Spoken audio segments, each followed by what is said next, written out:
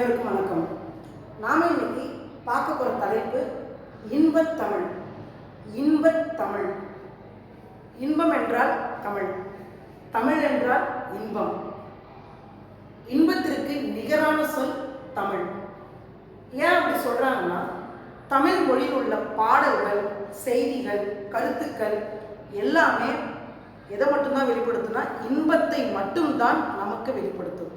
அதனால தான் இந்த பாடலுக்கு இன்பத்தமிழ் அப்படின்னு பெயர் சொல்லியிருக்காங்க. இந்த பாடல் யார் எழுதினார்னு பார்த்தீங்கன்னா கவிஞர் பாரதிதாசன். அவருடைய குறிப்புகள் நம்ம கடைசியாக பார்க்கலாம். நம்ம பொதுவாகவே குழந்தைகளை பல்வேறு பெயர் வச்சு நம்ம கூப்பிடுவோம். கண்ணே மணியே, நமக்கு வாய்க்கெல்லாம் மறந்த பேர் வச்சுலாம் நம்ம கூப்பிடுவோம். அதே போல காலம் தொன்மையான மொழியான நம்மளுடைய தமிழ் மொழியை பல்வேறு இலக்கியங்கள் பல்வேறு பெயர்கள் வச்சு கூப்பிட்டுருக்காங்க. அதுபோல பல்வேறு புலவர்கள், காலம் கடந்து வந்த புலவர்களும் தமிழ் மொழியை நிறைய பெயர்கள் சூழ்ந்தது மட்டும் இல்லாமல் நிறையவற்றோடு வேற வேற விஷயத்தோடு ஒப்பிட்டும் சொல்லியிருக்காங்க. இது எல்லாமே தமிழ் மொழிக்கு கிடைச்ச மிகப்பெரிய சிறப்புன்னு தான் நம்ம சொல்லணும். அதே போல பாவேந்தர் பாரதிதாசனும் நம்மளுடைய தமிழ் மொழியை என்னென்ன பெயர்கள்லாம் வச்சு சூட்டுறாரு, அதை எவற்றோடு ஒப்பிட்டு அழைக்கிறாருங்கிறதையும் நம்ம பாடல் மூலமா நம்ம பார்ப்போம். தமிழுக்கும் அமுதென்று பேர், அந்த தமிழ் இன்பத்தமிழ் எங்கள் உயிருக்கு நேர். தமிழுக்கு நிலவென்று பேர், இன்பத்தமிழ் எங்கள் சமூகத்தின் விளைவுக்கு நீர். தமிழுக்கு மனம் என்று பேர், இன்பத்தமிழ் எங்கள் வாழ்வுக்கு நிர்மித்த ஊர். தமிழங்கள் இளமைக்கு பால், இன்பத்தமிழ் நல்ல புகழ்மிக்க புலவருக்கு வேல். தமிழங்கள் உயர்வுக்கு வான், இன்பத்தமிழ் எங்கள் அசதிக்கு சுடர் தந்த தேன். தமிழங்கள் அறிவுக்கு தோல், இன்பத்தமிழ் எங்கள் கவிதைக்கு வைரத்தின் வாள். இந்த பாடல் நமக்கு படிக்கும் போதே ரொம்ப இன்பமாக இருக்கும். இந்த அளவுக்குலாம் நம்ம ரசித்து நம்ம தமிழ் மொழியை சொல்லியிருக்காங்களா அப்படிங்கிற நமக்கு ஒரு ஈர்ப்பு ஏற்படும். பாருங்க, தமிழுக்கும் அமுதென்று பேர். அமுது, அமிழ்தம், அமுதுனாவே மிகுந்த சுவையுடையது. அப்போ என்ன அர்த்தம்னா தமிழ். அப்போ தமிழ்ங்கிறது நம்ம இனிமையானது, மென்மையானது, நம்ம சும்மா வாய்க்கு மட்டும் நம்ம சொல்லலை. தமிழில் உள்ள நூல்கள் படிக்க படிக்க இன்பம் உடையவை. அதில் உள்ள கருத்துக்கள், அதில் உள்ள செய்திகள், தமிழ் நூல்கள்னாவே நம்ம காலம் கடந்து இன்றைக்கி நம்ம அதை ரசிக்கிறோம் அப்படின்னா, நம்ம இனிமையோடு நம்ம ஆர்வத்தில் எடுத்து படிக்கிறோம்னா அந்த செய்திகள் அப்பேற்பட்ட செய்திகள். அதனால தான் நம்ம என்ன சொல்கிறோம்னா, அந்த செய்திகள் மட்டும் இல்லை, அந்த பாடலை இயற்றக்கூடிய விதங்கள் இது எல்லாமே ஒத்து போனதுனால தான் அது இன்னைக்கு இனிமையான மொழி அப்படின்னு சொல்கிறாங்க. அதனால என்ன சொல்கிறாங்கன்னா அமுதுக்கு நிகராக சொல்கிறாங்க. தமிழுக்கு அமுதம் ஒன்று மிகுந்த இனிமை உடையது. காலம் கடந்தாலும் அதோட சுவையிலிருந்து என்றையுமே குன்றாத அளவுக்கு இன்பத்தை மட்டுமே வெளிப்படுத்தக்கூடிய மொழி தான் தமிழ் மொழி. அந்த தமிழ் இன்பத்தமிழ் எங்கள் உயிருக்கு நேர். நம்ம உயிருக்கு இணையாக நம்ம எதையுமே நம்ம சொல்ல மாட்டோம்.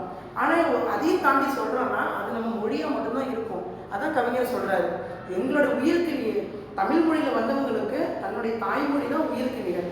உடல் இருக்குது, உடல் இருக்குது, ஆனால் நம்ம உயிராக நினைக்கிறது எதுனா எங்களுடைய தமிழ் மொழியான தாய்மொழியான தமிழ் மொழியை மட்டும்தான் நம்ம உயிராக நினைக்கிறோம்.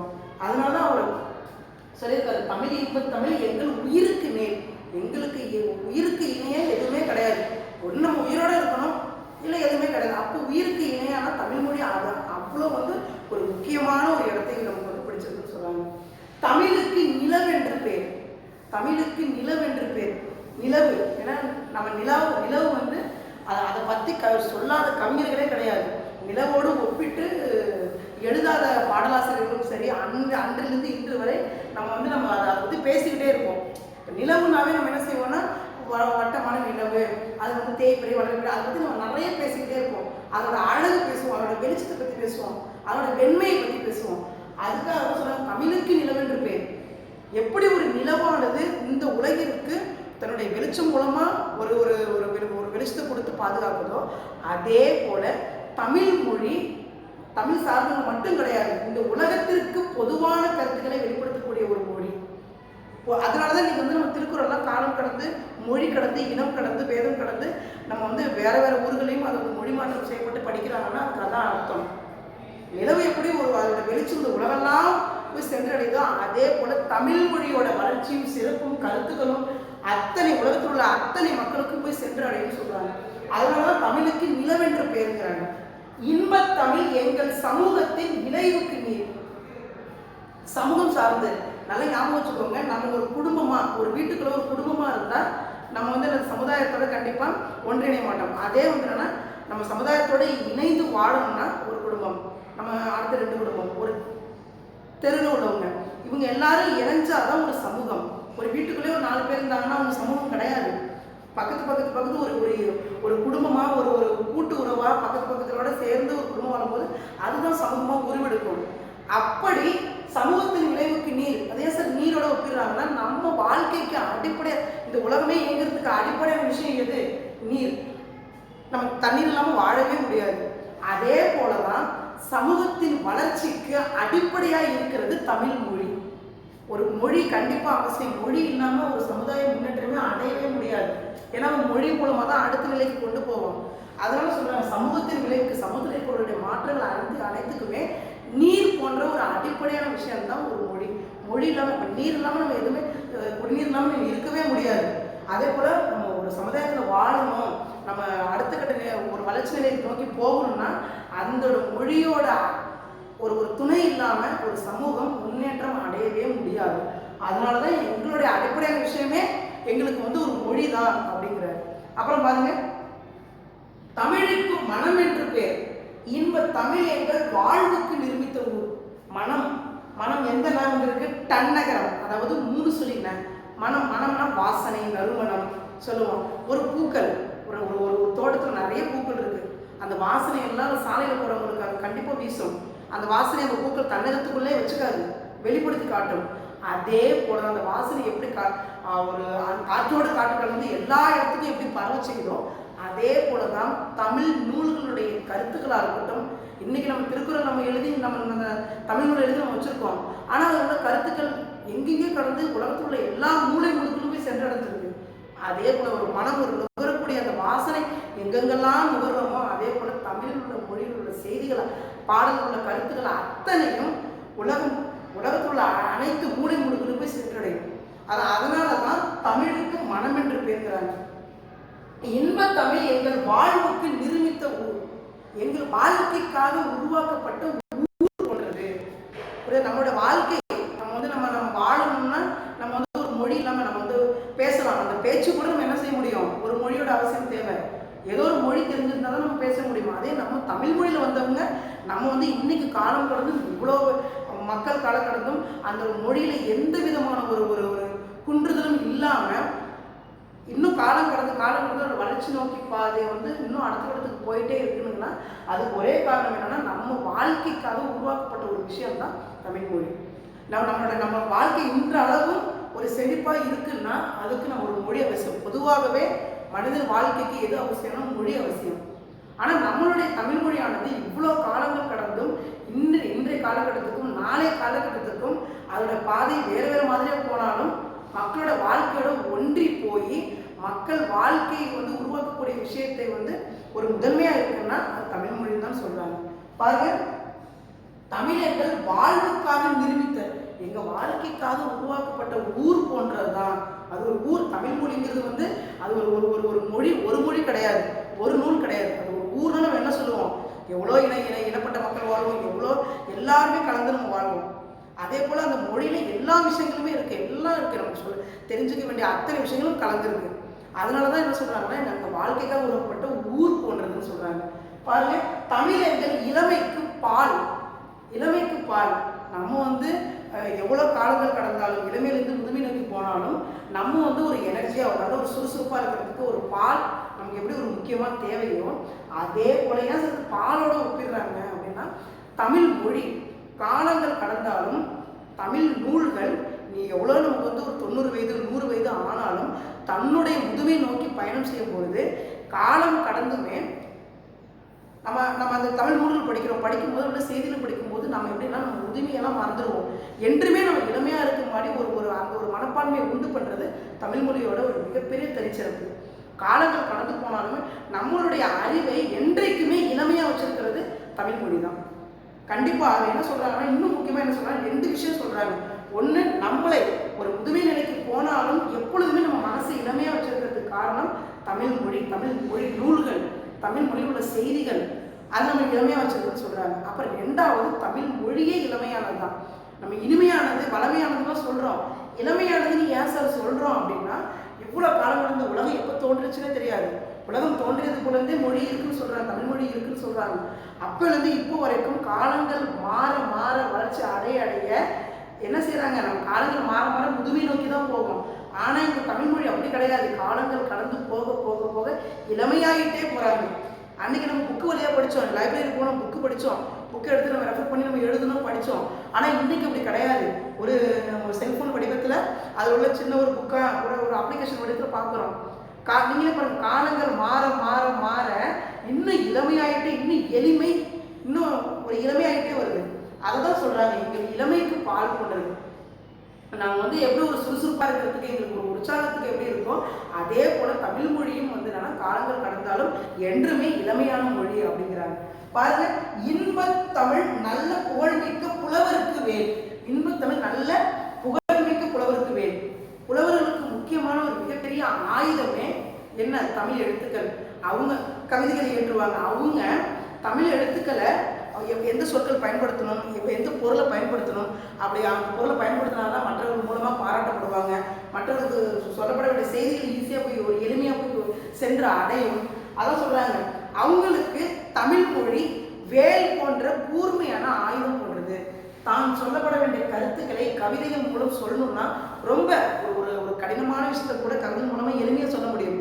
அவ்வாறு சொல்கிறதுக்கு எங்களுக்கு எது உதவியாக இருக்குன்னா தமிழ் மொழி. அந்த வேல் போன்ற கூர்மையான ஆயுதம் போல தமிழ் மொழி தான் எங்களை இன்னுமே ஏங்க வச்சுட்டு இருக்கு அப்படின்னு கவிஞர் சொல்றாரு. பாருங்க, தமிழ் என்ற உயர்வுக்கு வான். அவங்க உயர்வுக்கு எதை சொல்றாங்க, வான்னா வானம். அதாவது வானத்துக்கு எல்லையே கிடையாது, அது போயிட்டே இருக்கணும், வானம் போயிட்டே இருக்கணும், எல்லையே கிடையாது. அதே போலதான் தமிழ் மொழிக்கு அதோட எல்லையே கிடையாது. இவ்வளோ காலம் நூற்றாண்டுகளை கடந்து 2000 வருடம் நம்ம சொல்றோம். இன்னும் நம்ம ஆராய்ச்சி பண்ணிக்கிட்டே இருக்கோம், இன்னும் நம்ம ஆராய்ச்சி கிடைச்சிக்கிட்டே இருக்கு. கீழடி அகழ்வாராய்ச்சினா இன்னும் நிறைய நம்ம அரிய பொக்கிஷங்கள் கிடைச்சிக்கிட்டே இருக்கு. அதை நம்ம பார்க்க அப்போ இதெல்லாம் உண்மையாகுது. உயர்வுக்கு வான், அது எல்லையே கிடையாது. இன்னும் நம்ம தோண்ட இன்னும் நம்ம அந்த நூல்களை படிக்க அது எல்லையெல்லாம் போயிட்டே இருக்கு. இன்னும் அப்போனா இன்னும் நம்ம கற்றுக்க வேண்டிய விஷயம் நிறைய இருக்கும். நம்ம முழுமையாக படிக்க போகிறது கிடையாது. இன்னும் நமக்கு ஆராய்ச்சி பண்ண வேண்டிய விஷயம் நிறைய இருக்கு. இன்னும் நமக்கு தெரியாத விஷயங்கள் தமிழுக்குள்ள இன்னும் புதைச்சு கிடக்கு. அதுக்கு எல்லையே கிடையாது. வானம் எப்படி எல்லை இல்லாமல் போயிட்டே இருக்கோ, அதே போல தமிழ் மொழியில் உள்ள செய்திகள் நூல்கள் எல்லை இல்லாமல் அவரோட வளர்ச்சி போயிட்டே இருக்குன்னு சொல்றாங்க. இன்பத்தமிழ் எங்கள் அசதிக்கு சுடர் தந்த தேன். அசதி, சோர்வு, சோம்பல், சோம்பேறித்தனம், அது ஏன் அப்படி சொல்றாங்கன்னா, சுடர் தந்து தேன் போடுற. தேனுன்னாவே நமக்கு என்றைக்குமே சுறுசுறுப்பாக வச்சுக்கும், உற்சாகமாக வச்சுருக்கோம். அதுதான் நம்ம தேன் நம்ம பயன்படுத்துவோம். அதே போல தமிழ் மொழி என்ன சொல்றாங்கன்னா, தமிழ் மொழியில் உள்ள நூல்கள் நம்ம படிக்க சோர்வுங்கிற பேச்சுக்கு இடமே கிடையாதுன்னு சொல்றாங்க. நமக்கு அந்த சோம்பேறித்தனமோ கண்டிப்பாக வராது. ஏன் வராதுன்னா, ஏன்னா அப்படிப்பட்ட பாடல்கள் தமிழ் மொழியில இருக்கு. படிக்க உனக்கு ஆர்வத்தை தூண்டுமே தவிர என்றுமே ஒருபோதும் சோர்வை ஏற்படுத்தாது. அந்த அளவுக்கு தான் புலவர்கள் பாடலை ஏற்றிருக்காங்க. அதோட கருத்துக்களாக இருக்கட்டும், பாடலாக இருக்கட்டும், பாடலுடைய ஓசை நயமாக இருக்கட்டும், சொற்களாக இருக்கட்டும், சொல்கின்ற பொருளாக இருக்கட்டும், எல்லாமே ஏதோ ஒரு வகையில் நம்மளை அதை ஈடுபடுத்தி கொண்டு போயிட்டே இருக்கும். ஒரு நிமிடம் கூட நமக்கு சோர்வு வராது. அவ்வாறு உனக்கு சோர்வு வந்துச்சுன்னா அசதிக்கு சொல்றது. ஒருவேளை நான் அசதி இல்லாமல் இருக்க முடியாது. ஒருவேளை அசதியாக இருந்ததுன்னா அப்போ உங்களுக்கு உற்சாகம் தரக்கூடிய தேன் போன்ற உற்சாகம் தரக்கூடியது நம்ம தமிழ் மொழி அப்படிங்கிறாங்க. தமிழ் எங்கள் அறிவுக்கு தோல். தமிழ் எங்கள் கவிதைக்கு வைரத்தின் வாள். அறிவுக்கு தோல் முக்கியமான வரி. நம்ம என்னன்னா தமிழ் மொழியில் கூறப்பட்டுள்ள அத்தனை செய்திகளுமே ஏனோ தானோன்னு எழுதப்படவில்லை. புலவர்கள் இயற்றப்பட்ட கவிஞர்கள் சொன்ன அத்தனை விஷயங்களுமே சும்மா நம்ம எழுதுவோம். ஏன்னா அவங்க நினச்சிருந்தாங்கன்னா அவங்களுடைய வரலாறுகளை சொல்லிட்டு போயிருக்கலாம். ஆனால் அவங்க இப்படி பண்ணலை. முழுக்க கவிஞர்கள் புலவர்கள் எல்லாமே தமிழ் மொழி வளர்ச்சிக்காக மட்டும்தான் பாடுபட்டாங்க. வரக்கூடிய சந்தேகங்கள் தெரிஞ்சுங்கிறதுக்காக தமிழ் மொழி வளர்ச்சியின் சிறப்பை பற்றி எல்லா வகையிலும் பாடல்கள், கவிதைகள், நாவல் எல்லாத்தையுமே வெளிப்படுத்திக்கிட்டே இருந்தாங்க. அதனால இன்னைக்கு நம்ம அதை பல்வேறு வடிவங்களாக படிச்சுட்டு இருக்கோம். தமிழ் மொழி பாடல்களை மட்டும் படிக்கணும், பல்வேறு பரிணாமங்கள் நம்ம படிச்சுட்டு இருக்கோம். அதனால தான் என்ன சொல்கிறாங்கன்னா, எங்கள் அறிவுக்கு மனிதர்களை பொறுத்த வரைக்கும் தமிழ் மொழியில் வர்றவங்க கண்டிப்பாக தமிழ் மொழி நூல்கள் அறிவை விரிவடைய தான் செய்வது, ஒருபோதும் அறிவை செயலுக்கு செய்யாது. ஒன்று நம்ம எல்லாருமே நம்ம அறிவோட தான் நம்ம பிறப்போம். ஆனால் அந்த அறிவை வெளிப்படுத்துகிறோமா அப்படிங்கிறது நம்ம சந்தேகம். ஆனால் என்ன சொல்கிறாங்க, தமிழ்மொழி நூல்கள் கண்டிப்பாக உன்னுடைய அறிவை வெளிப்படுத்தும். இன்னும் என்னன்னா வெளிப்படுத்துறது தவிர இன்னும் விரிவுபடுத்தும். அதான் சொல்கிறாங்க, அறிவுக்கு தோல் போன்ற வலிமையான ஒரு நமக்கு ஒரு ஒரு செயல்களை நமக்கு உண்டு பண்ணக்கூடியது நம்ம தமிழ்மொழின்னு சொல்கிறாங்க. இன்பத்தமிழ் எங்கள் கவிதைக்கு வைரத்தின் வாள். சார், வைரம் தீட்டப்பட்ட வாள் போன்றது. ஒரு ஒரு மன்னனுக்கு கம்பீரமானது எது? வாள். அந்த வாழ்ன்னு சொன்னாவே நமக்கு டக்குனு மைண்டில் ஞாபகம் ஒரு வாழ்வே ஒரு வீரமாக ஒரு கம்பீரமாக அந்த ஒரு எவ்வளோ மன்னர்கள் என்னது நம்ம ஒரு எப்பொழுதுமே யானைப்படை குதிரைப்படையோட போக மாட்டாங்க.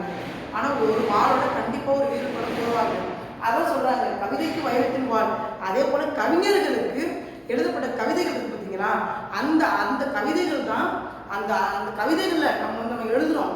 ஆனால் அந்த கவிதைகள் ஏன் வாளோட ஒப்பிடுறாங்கன்னு பார்த்தீங்கன்னா, தமிழ் மொழியில் உள்ள எழுத்துக்கள், தமிழ் உள்ள சொற்கள் எப்படி அந்த வாளில் வைரங்கள் தீட்டப்பட்டிருக்கோ அதே போல் இந்த கவிதைகள் எதனால் தீட்டப்பட்டிருக்குன்னா தமிழ் மொழி சொற்கள், தமிழ் மொழி அந்த எழுத்துக்கள் இதெல்லாம் அந்த ஒரு முழு வடிவம் வந்த பிறகுதான் அந்த கவிதையே இன்னொரு சிறப்புக்கு போகும். மற்றவர்கள் பாராட்டுவாங்க.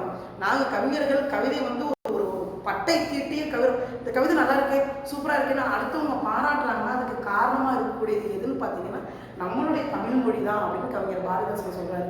நாங்கள் எழுதக்கூடிய கவிதைகள் எல்லாத்துக்கும் சென்றது அவ்வளோ சிறப்பாக இருக்குது அப்படின்னு அதுக்கு என்ன காரணம்னு நினச்சோம்னா தமிழ் மொழி மட்டும்தான், தமிழ் மொழி எழுத்துக்கள் தான், தமிழ் மொழியோட சிறப்புகள் தான். அதனால தான் அந்த கவிதைகள் இன்னும் சிறப்பாக கொண்டு போய் நாங்கள் சேர்க்குறோம் அப்படிங்கிறாங்க. சரி, இந்த பாடலுடைய ஆசிரியர் பார்த்தீங்கன்னா பாரதிதாசன். பாரதிதாசனுடைய இயற்பெயர் பார்த்தீங்கன்னா கனக சுப்புரத்தினம். அவங்க பெற்றோர் பார்த்தீங்கன்னா கனக சபை இலக்குமி அம்மாள். அப்புறம் பார்த்தீங்கன்னா அவருக்கு ஏன் பாரதிதாசன் தன்னோட கனக சுப்புரத்துங்கிற இயற்பெயரை பாரதிதாசன் ஏன் மாற்றிக்கிட்டாருன்னா அவர் அப்படி என்ன ஒரு ஈர்ப்பு வந்துச்சுன்னா பாரதியின் கவிதையின் மீது ஈர்ப்பு. அவருக்கு பாரதியோட கவிதைகள் அப்போ பாரதியார் எப்படி எழுதியிருப்பாரு. நம்ம இன்னைக்கு நம்ம எவ்வளோ கவிஞர் வந்தாலும் டக்குன்னு நம்ம தமிழ் கவிஞர்கள் யார் கேட்டாலும் பாரதி தான் நம்ம உடனடியாக அந்த ஆன்சர் நம்ம பண்ணுவோம். ஏன் பாரதி சொல்கிறோம்னா அந்த அளவுக்கு நமக்கு அந்த கவிதைகள் நமக்கு ரொம்ப பிடிக்கும். அந்த அளவுக்கு பொதுவான செய்திகளை மக்களிடம் கொடுத்து நம்ம கவிதைகளை ஒரு ஈர்ப்பு நம்ம உண்டு பண்ண வச்சதே பாரதியார் தான். அதே போல் பாரதியோட கவிதைகள் மிகவும் அவருக்கு ரொம்ப பிடிச்சி போனதுனால தான் அந்த கொள்கையில் அந்த கவிதைகள் மூலமாக ஈர்க்கப்பட்டு தான் தன்னுடைய பெயரையே பாரதிதாசன் அப்படின்னு மாற்றிக்கிட்டார். அப்புறம் பார்த்தீங்கன்னா பாரதிதாசன் அவருடைய பாடல்கள் எப்படி இருக்கும் அப்படின்னு பார்த்தீங்கன்னா பெண் கல்வி சம்பந்தமாக, மறுமணம், அதாவது பெண்கள் கணவனை இழந்த பெண்கள் கண்டிப்பாக வீட்டிலேயே முடக்கிடக்கூடாது, அவங்க மறுமணம் செய்து அவங்களுக்கு மறு வாழ்க்கை இருக்குது அப்படின்னு நம்ம பாடல் மூலமாக சொன்னார். பெண்கள் வீட்டுக்குள்ளே கூட அவங்க படிக்கணும், வெளி உலகம் தெரிஞ்சுக்கணும் அப்படின்னு கல்விக்காகவும் போராடினார் தன்னுடைய எல்லாமே பாடல்கள் மூலமாக. அப்புறம் பொது உடைமை கருத்துக்கள், பொதுவான விஷயங்கள் பற்றியும் சமுதாயத்தில் நடக்கக்கூடிய அத்தனை விஷயங்கள் பற்றியுமே அவர் என்ன சொன்னார்னா மக்களுக்கு கவிதை மூலமாக ஏற்றினார். அந்த கவிதை மூலமாக சொன்னதுனால தான் பாரதியாரும் சொன்னார். அதோட வழித்தோன்றலாக குரு என்ன சார் அதை பார்த்து உருவானதுனால இவருடைய பாடல்களுமே அதை சார்ந்து இருந்திருக்கு. அதனால் தன்னுடைய பார்வையிலும் அதை மக்கள்கிட்ட கொண்டு போய் சேர்க்கணும். அவர் ஒரு கருத்துக்களை கண்டிப்பாக அது எளிமையாகவும் போகணும், ரெண்டாவது அது விழிப்புணர்வாகவும் போகணுங்கிறத பாடல் மூலமாக. அதனால சாதாரண பாடல் மட்டும் எங்களை புரட்சிகரமான கருத்துக்கள் ஒரு பாடல் கொடுக்குறாருன்னா அந்த கருத்தை படித்தோடனே ஓகே நமக்கு இந்த பாடலேருந்து நம்ம தெரிஞ்சுக்கிட்டோம், நம்ம ஏதோ ஒரு தவறு நடக்குது, ஏதோ ஒரு விழிப்புணர்வு தேவை அப்படின்னு ஒரு புரட்சிகரமான கருத்துக்களை வெளியிட்டதுனால தான் அவரை புரட்சி கவி என்றும் பாவேந்தர் என்றும் சொல்கிறாங்க. புரியுதா? அதனால எனக்கு சிறப்பு பெயர்கள் புரட்சி கவி, பாவேந்தர், பாரதிதாசன் நம்ம சிறப்பாக அழைக்கிறோம். அந்த புரட்சி கவி அப்படின்னு யார் சார் பேர் வச்சாங்க? அறிஞர் அண்ணா தான் முதல்ல புரட்சி கவியோட பாடல்கள்லாம் பார்த்துட்டு ஒரு விதமான ஒரு உணர்வை தூண்டக்கூடிய அளவுக்கு உன்னுடைய பாடல் இருக்கு அப்படின்னு அறிஞர் சொன்னதுனால தான் புரட்சி கவின்னு அவரே பேர் வைக்கிறாரு. சரி, இவர் என்னன்னா இவருடைய பணிகள் பார்த்தீங்கன்னா தமிழாசிரியராக இருந்திருக்காரு, அறிஞர், கவிஞர், அப்புறம் என்னன்னா திரைக்கதையாசிரியர். இது மட்டும் இல்லாமல் அரசியல்வாதியாகவும் இருந்திருக்காரு. அரசியல்வாதி இருந்திருக்காருன்னா 1954ஆம் ஆண்டு புதுச்சேரியில் சட்டமன்ற உறுப்பினராகவும் அரசியலையும் இருந்திருக்காரு. ஒட்டுமொத்தமாக இவர் பன்முக திறமை கொண்டு வாழ்ந்திருக்காரு. கவிதைகள் என்னதான் அவருக்கு கவிதைகள் நாட்டம் இருந்தாலும் எல்லா ஒரு பணிகளுமே தன்னுடைய திறமையை காட்டிட்டு வந்தவர். ஆனாலும் கடைசி வரைக்குமே தமிழ் மொழிக்காக, தமிழ் வளர்ச்சிக்காக, தமிழோட சிறப்புகள் கொண்டு போய் சேர்க்கணுங்கிறதுக்காக பாடுபட்ட கவிஞர்களுள் முக்கியமானவர் தான் பாரதிதாசனும் ஒருவர். நன்றி.